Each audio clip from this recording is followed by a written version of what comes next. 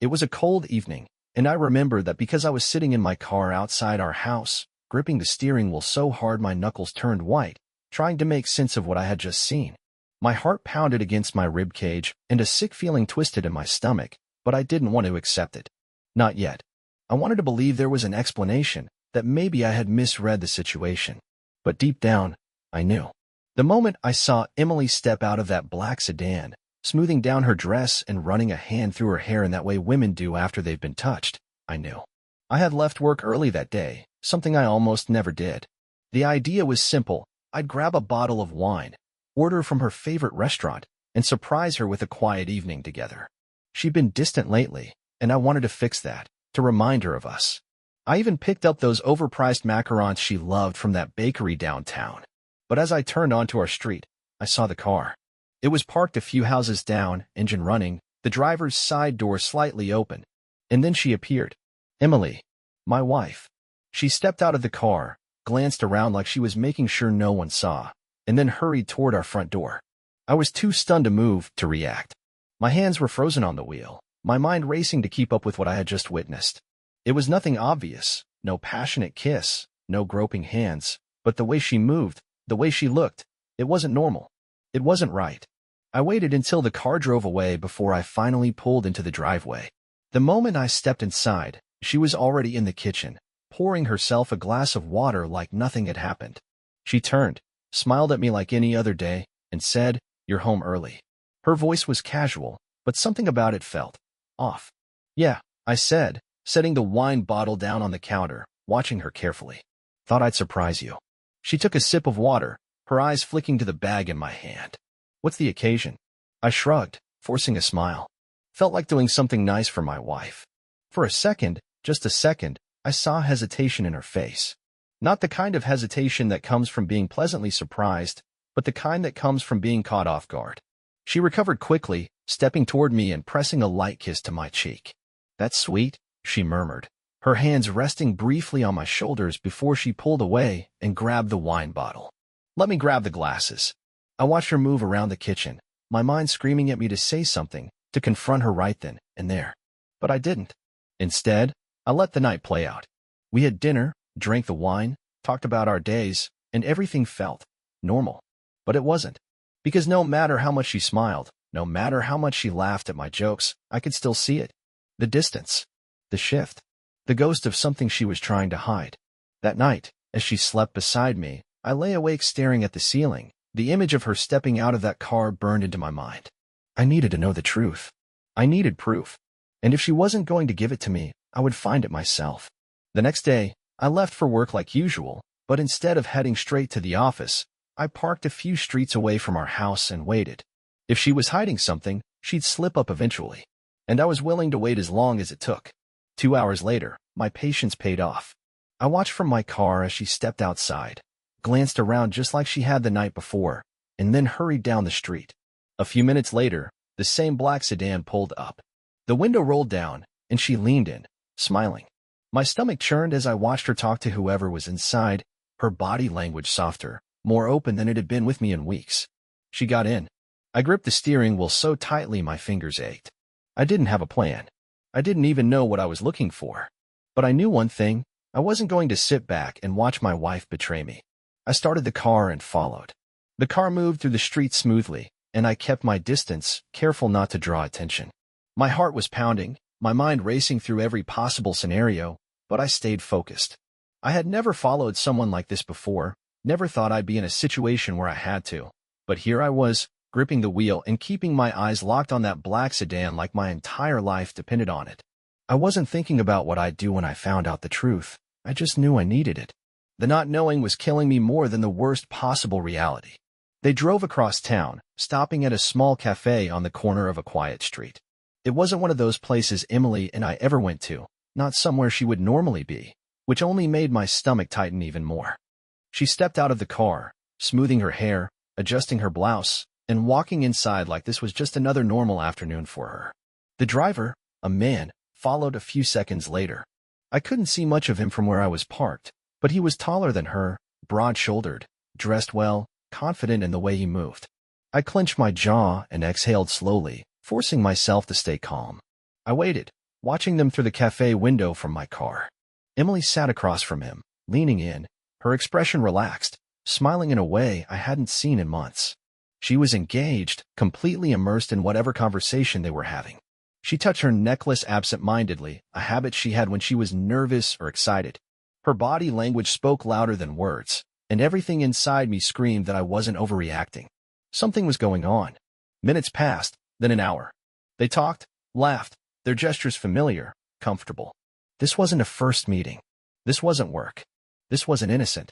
I gritted my teeth as I watched the man reach out, his fingers barely brushing against her hand on the table. She didn't pull away.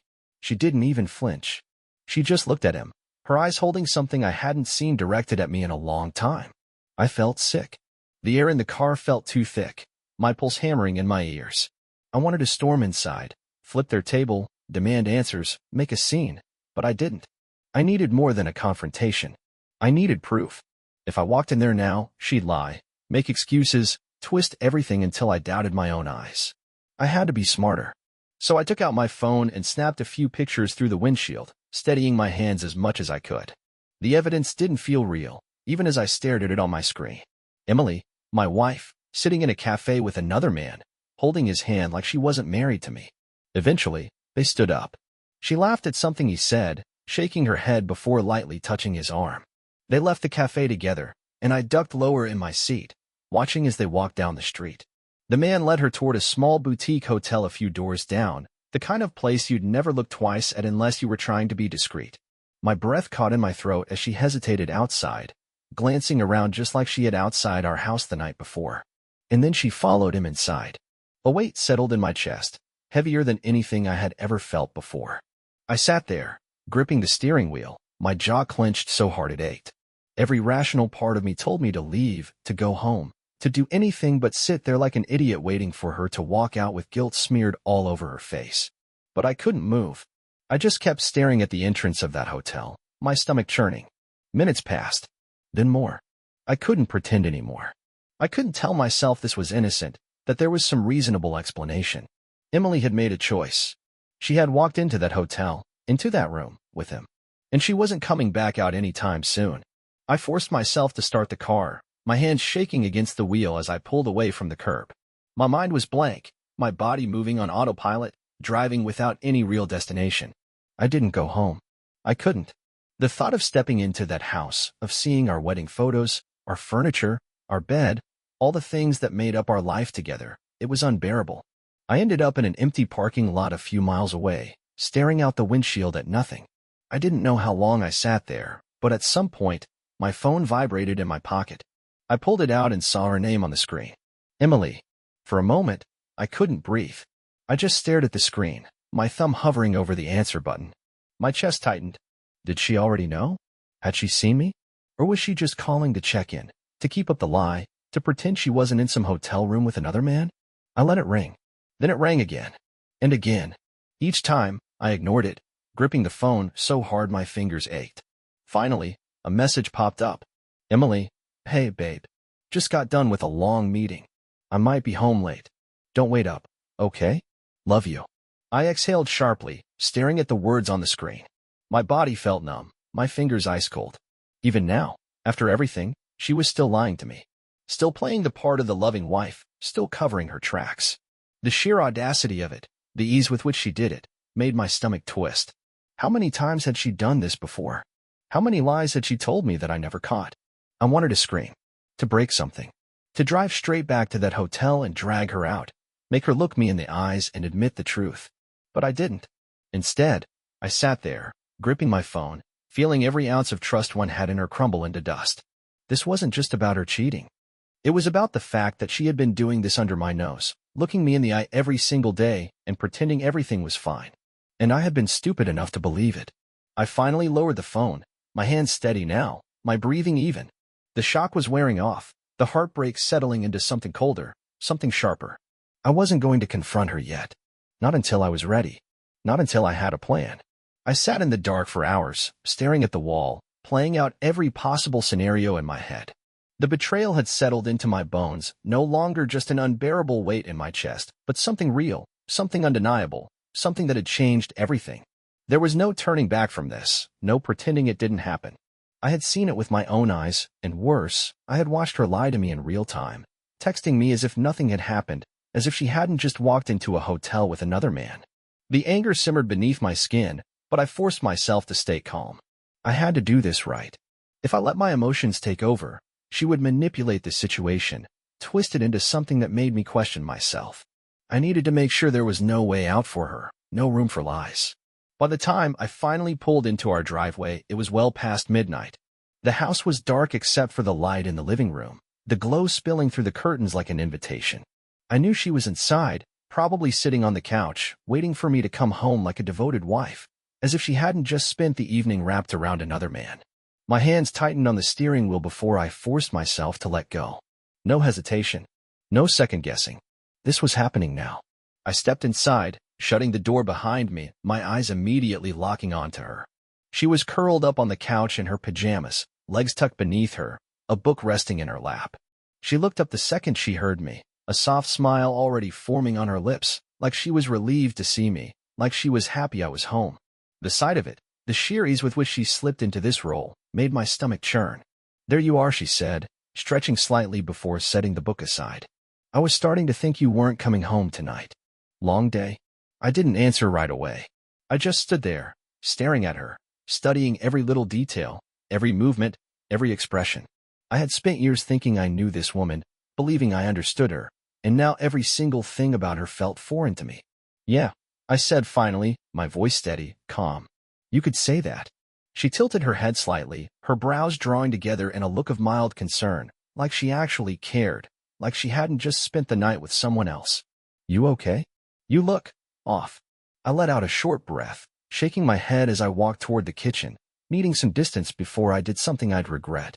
I heard her get up from the couch, her footsteps light as she followed me. "Talk to me," she said, her voice softer now, coaxing. "Did something happen?" I opened the fridge, grabbed a bottle of water, but I didn't take a sip. I just stood there, gripping it, feeling the cold plastic beneath my fingers, grounding myself in the moment. I turned to face her, leaning against the counter, finally meeting her gaze. "Where were you tonight?" I asked, keeping my tone neutral. She blinked, caught off guard for just a fraction of a second before she schooled her expression. "What? Tonight?" I repeated. "Where were you?" She let out a soft laugh, shaking her head. "I told you, I had meetings all day. You know how work is, things ran late, and I didn't want to drive home in traffic, so I grabbed dinner before heading back." "Why?"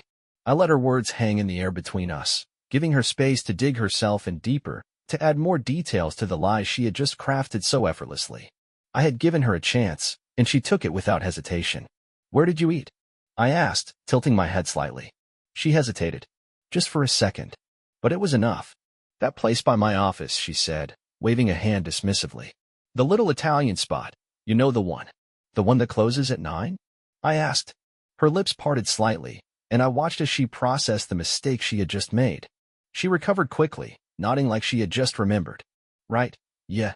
I meant the cafe next to it." I must have lost track of time. I nodded slowly, setting the bottle of water down on the counter. "And after that?" She blinked. "After what?" "After dinner," I said. "Where did you go?" Her fingers twitched slightly at her sides, and I could see the calculation happening in her mind, the way she was trying to determine what I knew, how much I had figured out. "Nowhere," she said, shaking her head with a light laugh, trying to play it off. "I came straight home." "Seriously, what's with the interrogation?" I reached into my pocket and pulled out my phone, scrolling through the pictures I had taken earlier, before holding the screen up for her to see. The color drained from her face instantly. She didn't even try to hide the way her body stiffened, the way her breath hitched just slightly. Her eyes flicked between the images and my face, searching for something, anything she could use to turn this around. "You want to try that again?" I asked, my voice calm even. She swallowed hard, her hands curling into fists before she forced herself to relax them. "I can explain." I let out a sharp breath through my nose, nodding. "Go ahead. Explain to me why you were holding hands with some guy at a cafe. Explain to me why you followed him into a hotel. Explain to me why, after all of that, you texted me like nothing had happened." Her mouth opened, but no words came out. She knew there was no way to spin this, no excuse that would make sense. She could lie all she wanted, but she couldn't erase what I had seen with my own eyes. She started, but I cut her off. No, I said, shaking my head. You don't get to do that. You don't get to act like this is some misunderstanding. You made a choice, Emily. You lied to me. You betrayed me. And now you're standing here, looking me in the eye, and still trying to find a way out of it. Tears welled up in her eyes, and I wanted to believe they were real. I wanted to believe she actually felt something, that she regretted what she had done, but I wasn't sure I could trust anything about her anymore. I didn't mean, she started again, her voice breaking, but I didn't let her finish. I don't care, I said, pushing off the counter and stepping past her, my entire body tense with the weight of everything I was feeling. I really don't. I just needed to hear you admit it. She reached for my arm, but I pulled away, not letting her touch me, not letting her reel me back in with false apologies and empty promises. Where are you going? She asked, panic creeping into her voice. I didn't answer. I just grabbed my keys and walked out the door, leaving her standing there, knowing that nothing she said would ever fix what she had done. Sat in my car in the driveway for what felt like hours, gripping the steering wheel so tightly my fingers hurt, staring at the house where my wife, no, the woman I thought I knew, was standing inside, probably pacing, probably rehearsing whatever pathetic excuse she was going to try next. My mind was racing, every rational thought clashing with the anger burning inside me. She had lied to my face, over and over, and when confronted with undeniable proof, all she could do was stammer and cry.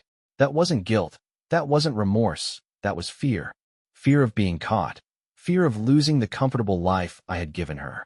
If she hadn't been caught, she wouldn't have felt a damn thing. I wasn't going to let her walk away from this unscathed. If she had destroyed our marriage, then she was going to feel the impact of it just as much as I did. I started the car, pulling away from the house and heading toward the one place I knew I could think clearly, Tom's place. Tom had been my best friend since college, the one person I trusted completely, and if anyone could help me figure out what to do next, it was him. By the time I pulled up outside his apartment, it was past 1 a.m, but I didn't care.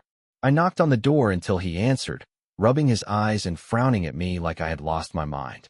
What happened, man? Do you know what time it is? Tom muttered, stepping aside to let me in. I walked past him without a word, pacing across the living room, running a hand through my hair. He watched me for a moment before sighing and closing the door. All right, he said, grabbing a beer from the fridge and tossing it to me. Tell me what happened. I caught the bottle, staring at it for a second before setting it down on the table. I wasn't in the mood for a drink. I was in the mood for destruction. I took a deep breath before speaking, forcing myself to stay calm. Emily's cheating on me, I said, my voice even controlled. Tom blinked, processing my words, before shaking his head. No way. Emily. I pulled out my phone, tossing it onto the table in front of him, the pictures I had taken earlier still open on the screen. He picked it up, scrolling through the images, his jaw tightening, his expression darkening with every second that passed. When he finally looked up at me, there was nothing but anger in his eyes. Jesus, he muttered. I don't even know what to say. I let out a short breath, shaking my head. I do. I'm not letting her get away with this. Tom raised an eyebrow, setting the phone down. What do you mean? I leaned forward, resting my arms on my knees, my voice low but firm. I'm going to ruin her. I'm going to make sure she loses everything, just like she threw everything away for that guy. Tom exhaled, running a hand over his face. Look, man, I get it. You're pissed. You have every right to be. But you need to be smart about this. You don't want to do something you'll regret. I let out a bitter laugh. Tom, I regret ever marrying her. I regret trusting her. The only thing I don't regret is finding out before I wasted any more of my life on her. He studied me for a moment, then nodded slowly. All right, what's the plan? I pulled out my phone again, scrolling through my contacts until I found the number I needed. First thing tomorrow, I'm calling a lawyer. I want a divorce, and I want to make sure she walks away with nothing. Tom leaned back in his chair, arms crossed. And, I continued, locking eyes with him, I want her to feel what it's like to lose everything. I want her family to know what she did. I want her friends to know. I want the guy she's been sleeping to know exactly what kind of woman he's dealing with. Tom let out a low whistle. Damn, you're not messing around. Why should I? I shot back. She didn't hesitate to betray me. She didn't hesitate to lie to my face. Why should I hesitate to make her face the consequences? Tom nodded slowly, considering my words. All right. I'll help however I can. The next morning, I woke up feeling more clear-headed than I had in days. The first call I made was to a lawyer. I laid everything out, sent him the pictures, and made it clear that I wasn't interested in reconciliation. I wanted a divorce, and I wanted to make sure Emily didn't get a single thing more than she was legally entitled to. No sympathy. No second chances. The next step was making sure everyone knew the truth. I sent the pictures to her parents first, along with a short message. I thought you should know the kind of daughter you raised. I didn't wait for a reply. I sent the same pictures to a few of our mutual friends, people who would make sure the news spread fast.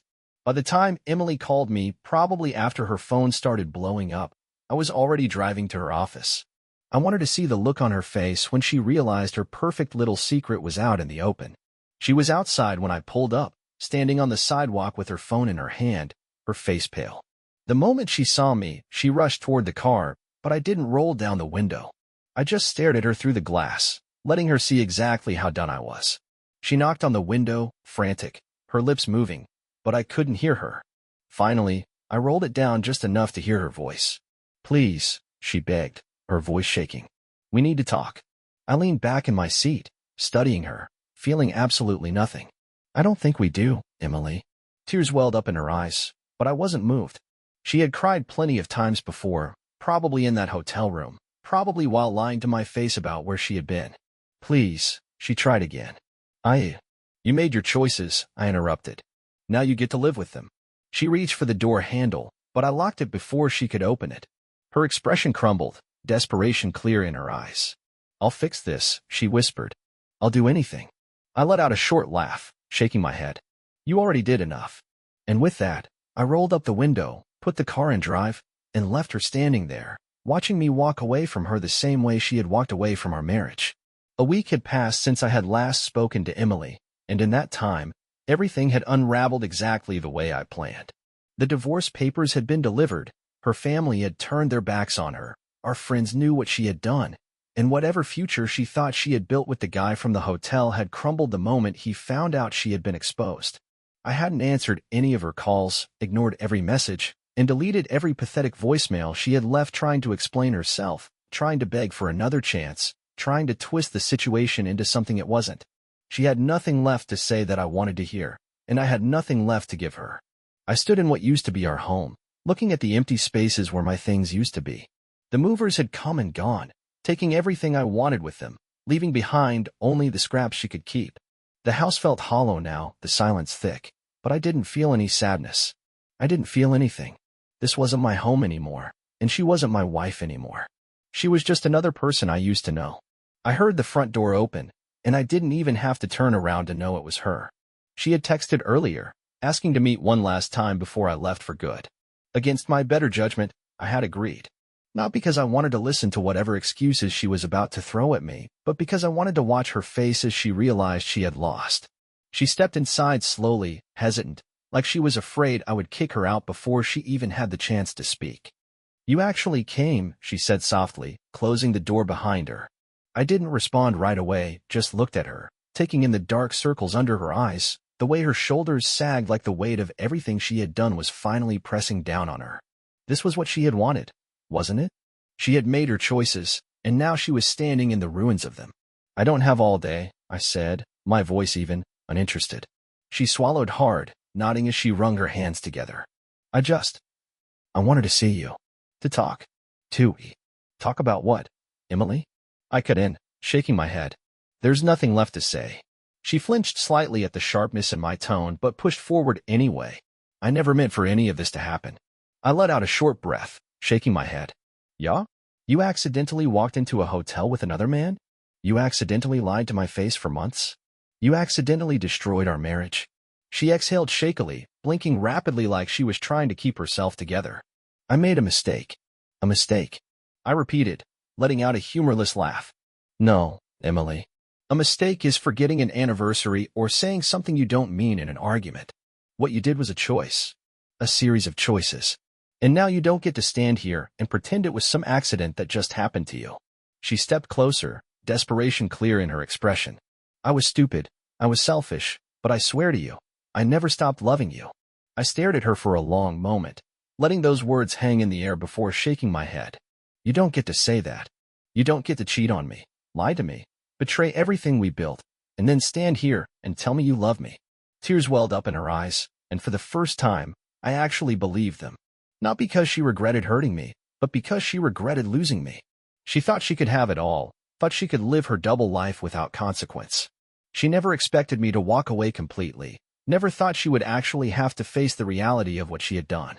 I know I don't deserve forgiveness, she whispered, her voice breaking. But I don't know how to let you go. I exhaled slowly, my grip tightening at my sides as I forced myself to stay calm. Well, you're going to have to figure it out. She reached for me then, like she thought touching me would change something, like she thought it would erase everything she had done. I took a step back before she could, watching the last bit of hope drain from her face. I loved you, I said, my voice steady. I would have done anything for you. But that doesn't matter anymore. She let out a choked sob, covering her mouth with her hand as her shoulders shook. I didn't move. I didn't comfort her. That wasn't my job anymore. After a few moments, she straightened, wiping at her face with trembling fingers. Where will you go? She asked quietly. I shrugged, glancing around the empty house one last time. Somewhere else. She nodded slowly, sniffling. Will I ever see you again? I didn't answer. I just grabbed my keys from the counter and walked past her, heading for the door. There was nothing left to say, nothing left to salvage. She had made her choices, and I had made mine. As I stepped outside, the sun was starting to set, casting a warm glow over the street. I took one last breath, letting the weight of the past week settle, before getting into my car and driving away without looking back. A month had passed, and I had started to feel the weight of everything lessen, not because the pain had disappeared, but because I had stopped letting it control me. I had moved into an apartment across town, a place that was mine alone, where I didn't have to be surrounded by the ghosts of a life that no longer existed. The divorce was in motion, and soon enough, Emily would be nothing more than a name on paper, a memory that I would eventually stop thinking about. People had stopped asking about her, stopped bringing up her name like it was some tragic story they needed to keep revisiting. The messages from mutual friends had slowed, and I had ignored every single one of them that tried to defend her, that tried to convince me to at least hear her out, as if there was anything left to say. I had made my decision, and I had no interest in giving her any more of my time. I was at Tom's place when she called again. The phone vibrated on the table between us, her name flashing across the screen, and I just stared at it. Tom glanced at me, raising an eyebrow, but he didn't say anything. He knew better than to ask if I was going to answer. I let it ring, watching the screen until the call ended, and then I turned it off completely, setting the phone aside as I picked up my beer. She's not giving up, huh?